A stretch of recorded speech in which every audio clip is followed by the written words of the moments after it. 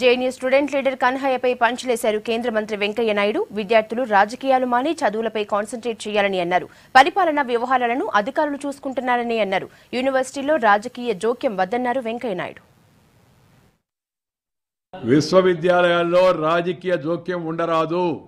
దయచేసి రాజకీయ నాయకులు విశ్వవిద్యాలయ వాతావరణాన్ని కలుషితం చేయవద్దు. ఆ విశ్వవిద్యాలయం ఉండే విద్యార్థులు, అధ్యాపకులు, పరిపాలనా మండలి వాళ్ళు ఆ విషయాలను సరిచూసుకోగలరు. దానిపైన విచారణ ప్రభుత్వం ఆదేశించింది. న్యాయమూర్తి ద్వారా విచారణ పూర్తి అవ్వాల్సి ఉంది. ఎవరు హింసకు పాల్పడకూడదు, చట్టాన్ని ఎవరు చేతిలోకి తీసుకోకూడదు.